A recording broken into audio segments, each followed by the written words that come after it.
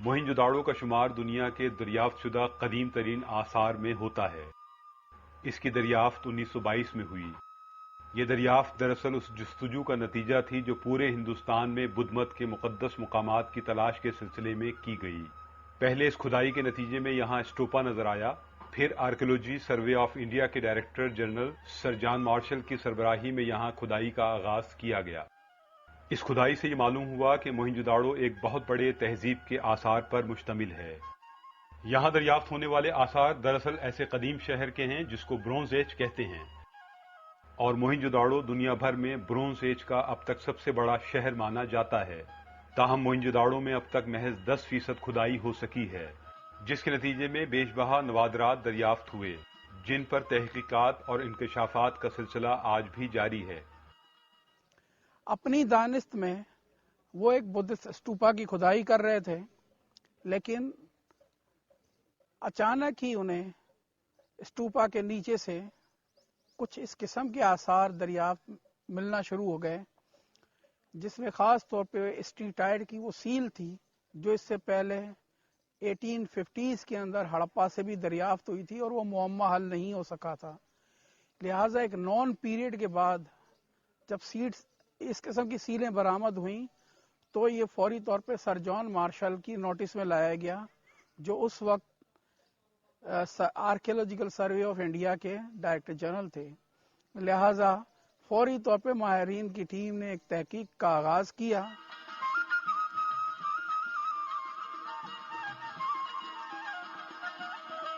अक़वाम मुत्तहिदा के इदारे बराए तालीम और साइंस और सकाफत यूनेस्को ने 1981 में इसे आलमी अहमियत के हामिल सकाफती वरसे की फहरिस्त में शामिल किया, क्योंकि मोहनजोदाड़ो 5000 साल कदीम आलमी वरसा है। ये वरसा सूबा सिंध में जिला लाड़काना की हुदूद में दरियाए सिंध के किनारे पर वाक़े है। मोहनजोदाड़ो में अब तक सिर्फ 10% खुदाई क्यों हुई है, और माहिरीन आसार कदीमा अब तक वो बुनियादी जवाबात क्यों हासिल नहीं कर सके कि यहाँ रहने वाले कौन थे, उनका रहन सहन कैसा था, उन लोगों की जुबान क्या थी, ये सवालात खुद अपनी जगह तशना तलब हैं।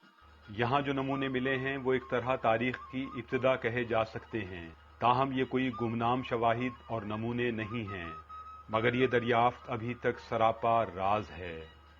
मोहनजोदड़ो एक ऐसा दौर है कि जिसमें तहरीर आपकी जो है वो ऐसी शक्ल में मौजूद है कि जो आप अभी तक पढ़ नहीं पाए, लेकिन तहरीर मौजूद है उसकी। तो एक तरह से ये तारीख की इब्तिदा है। तो वो चीजें जो है वो आपके सामने है। वो हम ये नहीं कह सकते कि वो चीज जो है वो बिल्कुल ही कोई गुमनाम है। जब तक उसकी हम तहरीर ठीक तरह से नहीं पढ़ पाते हैं तो हम जरा उलझन का जरूर शिकार हैं।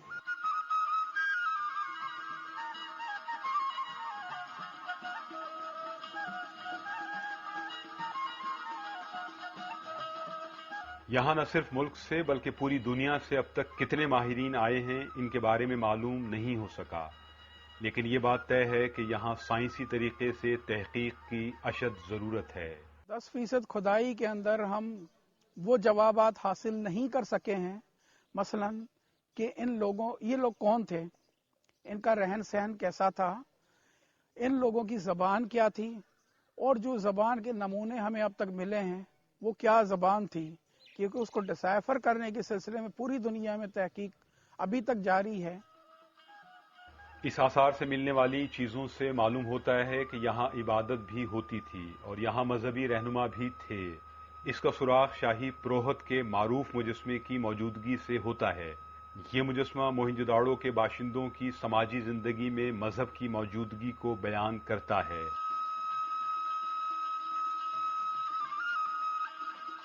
दूसरी तरफ कांसी से तैयार किया गया रक्कासा का मुजस्मा यहाँ के बाशिंदों के फनून लतीफ़ा के बारे में बताता है। कुछ माहिरीन का ख्याल है कि डांसिंग गर्ल के मुजस्मे ने जो चूड़ियां पहनी हैं वो थर से ताल्लुक रखने वाली औरतों के रहन सहन और सकाफत से मिलती जुलती हैं।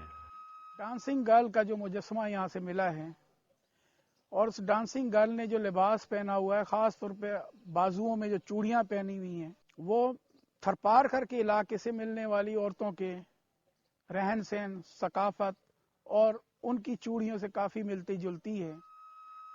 تاہم کچھ ماہرین کا خیال ہے کہ مکمل تحقیق سے قبل یہ کہنا کہ یہاں کے لوگوں کے کلچر کا تعلق موجودہ تھر کلچر سے ہے ابھی مناسب نہیں۔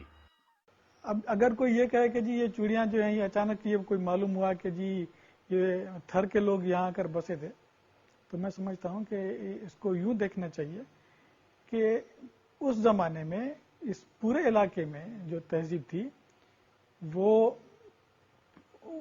اس میں خواتین چوڑیاں پہنتی تھیں، اور وہ اب ہمارے شہری علاقوں سے، سندھ کے میدانی علاقوں سے یہ چیز آہستہ آہستہ ختم ہو گئی ہے، لیکن اب تک یہ تھر میں قائم ہے، باقی ہے۔ تو اس کو اس طرح سے دیکھنا چاہیے کہ جو موہنجو دڑو زندہ اگر دیکھنا ہم چاہتے ہیں کہ وہ کیسے تھا، تو پھر جا کر ہمیں تھر کی اسٹڈی کرنی چاہیے۔ ماہرین آثار قدیمہ کے مطابق یہاں ایسے نشانات بھی ملے ہیں جن سے ظاہر ہوتا ہے کہ موہنجو داڑو کے لوگوں کے تجارتی روابط پوری دنیا سے تھے، جو چین سے لے کر میسوپوٹیمیا تک پھیلے ہوئے تھے۔ موہنجو داڑو کے ثقافتی روابط، تجارتی روابط پوری دنیا سے تھے، چائنا سے لے کر میسوپوٹیمیا تک ہمیں اس کے آثار ملے ہیں، اس کی تجارت کے نشانات ملے ہیں۔ تو یقیناً آئندہ جب ہم تحقیق کریں گے، مزید کھدائیاں کریں گے، تو کسی نتیجے پر پہنچ سکتے ہیں۔